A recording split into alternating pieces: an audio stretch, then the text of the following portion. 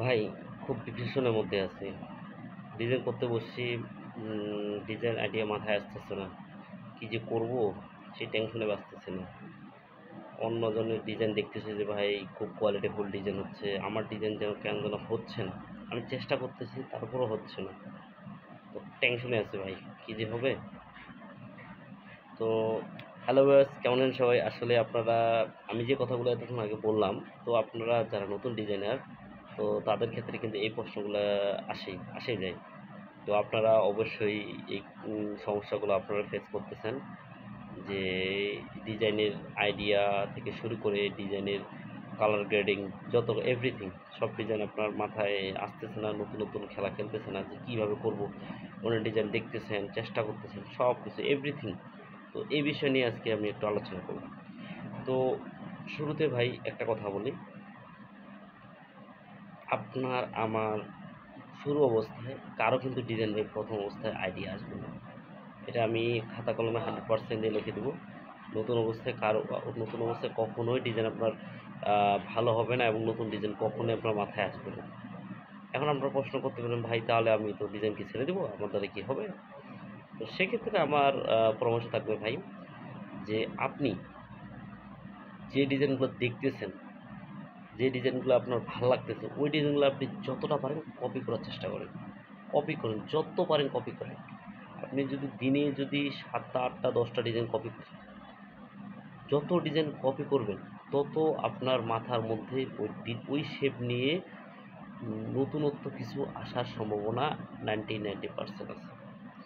কারণ আপনি যদি মনে করেন যে আমি ডিজাইন করব না, কেমনে ডিজাইন নতুন আইডিয়া বের করতে হয় এটা আমি দেখব, তো ভাই এরকম যদি করেন তাহলে কিন্তু কাম হবে না ভাই। আপনাকে যত পারেন ডিজাইন আপনাকে কপি করতে হবে, এবং ডিজাইনটা কপি করলে আপনার মাথার মধ্যে নতুনত্ব কিছু আসবে।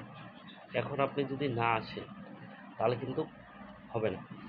এখন আপনি মনে করতে পারেন যে ভাই এটা তো আমি করলাম, নেক্সট আমি কি করব?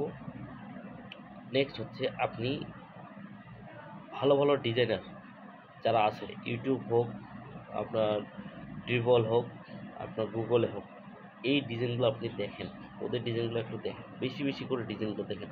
ওনারা ডিজাইনটা কীভাবে করছে, কীভাবে ওনারা কালার গ্রেডিং করছে, শেপটা নিচ্ছে, আপনার ফন্টগুলো কীভাবে নিচ্ছে, বুঝতে পারছেন? এগুলো একটু দেখবেন। আপনি রিসার্চ করবেন। আসলে প্রথম অবস্থায় ভাই আপনাকে একটু রিসার্চ করতে হবে। আপনি রিসার্চ না করলে আপনার ডিজাইন মাথায় আসবে না। আপনি একদিনে, কথা আছে না, একদিনে যখন কেউ বড় হতে পারে না, তেমনি ডিজাইন হিস্টোরি আপনি একদিন দুদিন 1 মাস 2 মাস কাজ করলেন, হ্যাঁ আমার কথা হবে, আমি বোধহয় বড় ডিজাইনার হয়ে গেলাম, একটা বিসিএস কার্ড ডিজাইন করতে পারি। বুঝছেন? এই ধরনের চিন্তা ভাবনা করলে কিন্তু কাজ হবে না ভাই। আপনাকে সময় নিয়ে কাজ করতে হবে। আপনাকে ডিজাইন করতে হবে। অন্যের ডিজাইন দেখতে হবে। বেশি বেশি ডিজাইন দেখবেন। বেশি বেশি ডিজাইন প্র্যাকটিস করবেন।